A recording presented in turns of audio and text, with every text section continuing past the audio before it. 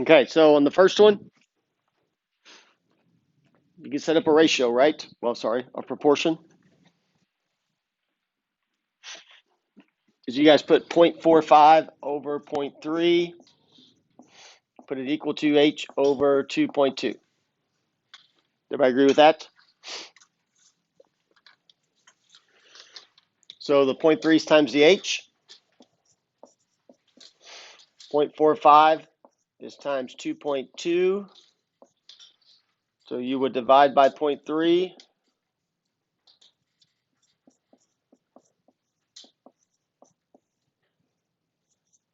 So 0.45 times 2.2, then divided by 0.3 equals what?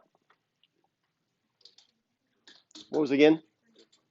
3 point what? 3. Even. Threw me off. Everybody good on that one? 3.3. You guys got to talk loud so the old guy can hear. All right, so 3.3. Everybody good on that one? Okay, and then remember on this one, remember the z plus 4 has to stay together. If you get one like this. So when you cross multiply, think of that as in parentheses.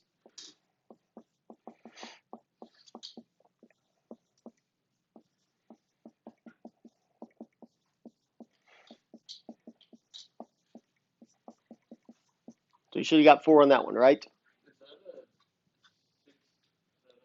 6z.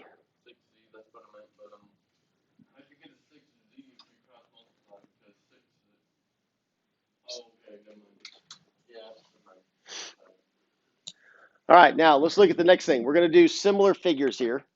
Okay, if you look at number 3 where it says two figures are, put similar. Okay, shapes are similar if they have the same shape but not necessarily the same size. Okay, so same shape means basically all these things, if they're similar, they're going to be proportional, which means you could set up ratios to solve the missing part. Okay, so right down here, two properties with similar figures. If two figures are similar, then their corresponding angles are congruent. Okay, did everybody get that down? So if two shapes are similar, their angles are going to be the same. So the angles in the same place are the same. If two figures are similar, their corresponding sides, though, are proportional. So everything we're doing on this unit, when things are similar, angles will be the same. The sides will be proportional. It means we can set up a ratio. Okay, so the first thing we're going to do on 4, okay, it gives you triangle ABC. Okay, when they just put the one squiggle like that, that means similar. So if you guys looked at this, do you guys agree that if I looked at angle ABC, D would be the same as A, right?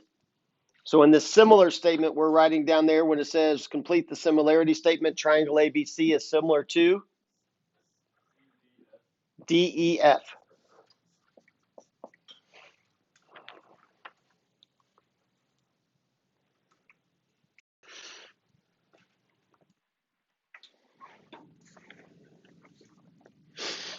Okay, so what is the scale factor? Next question. Okay, now on the scale factor, do you guys agree that 5 and 10 look like they're the corresponding sides? You guys with me on that? So for the scale factor, I'm going to write 5 over 15, which reduces to 1/3. Now, the only reason I put the 5 on top is because we listed triangle ABC first. Does that make sense? So it really doesn't matter which one's on top as long as you know which one you're talking about. But in this case, since they listed the triangles like this, that's why I put the 5 over 15. So that 5 and that 15 is where that came from. Now, if you're wondering why I didn't use the 10, okay, there's nothing to match up with the 10, is there? So if I want a scale factor, like a comparing the two, it's got to go from one to the other. That's the ratio comparing this triangle to this triangle, which basically means that triangle is going to be 1/3 as big as this one, is what it's really saying.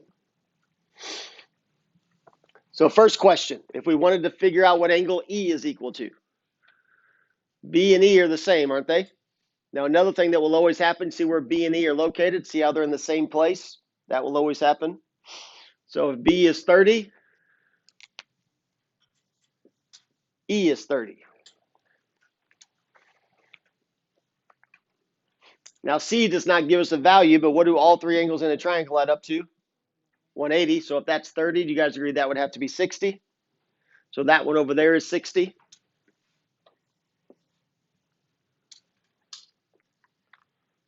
Okay, so we pause. So that's the angles first. Everybody good on that? Now, in the next part, we're trying to set up like proportions, not to solve them right now, just so we see how the pattern works. So if you look at this first one, they give you E. You guys agree they put AB over DE, right? Let's go over here and look. So AB is this side, right? DE is that side. So they put that over that. So now if we start with BC, which one goes with BC? EF. So EF is the missing part there.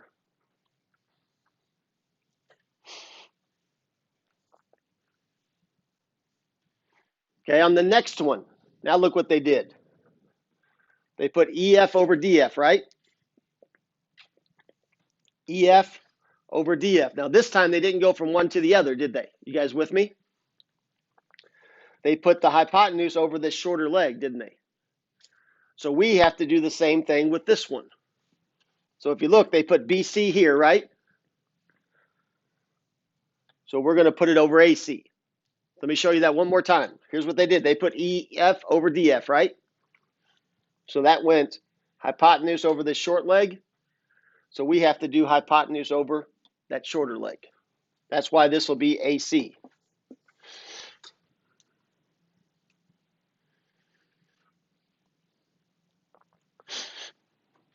On number 9, they put AB over DE. Now they went from one to the other, right? So now if I look over here, DF's on bottom. So what would I put on top?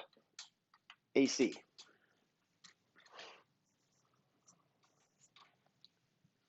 All right, so let me pause. Is that making sense to everybody?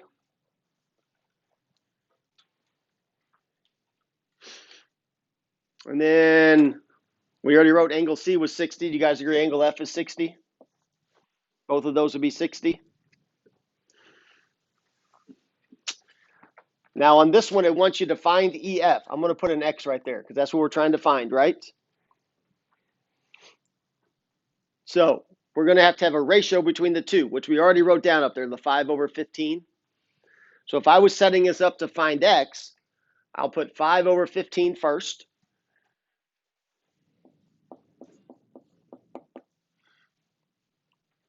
And then I put it equal over what? Anybody know what the next part would be? Yeah. Now we're going to put 10 over X only because, does this make sense? We had the 5 on top. Does everybody see why the 10 is going to go on top? Because in this case, I went 5 over 15. I went from ABC to DEF, right? So this has to stay the same. So now I can cross multiply. 5x times equals 15 times 10. 5x equals 150. And we would get x equals 30.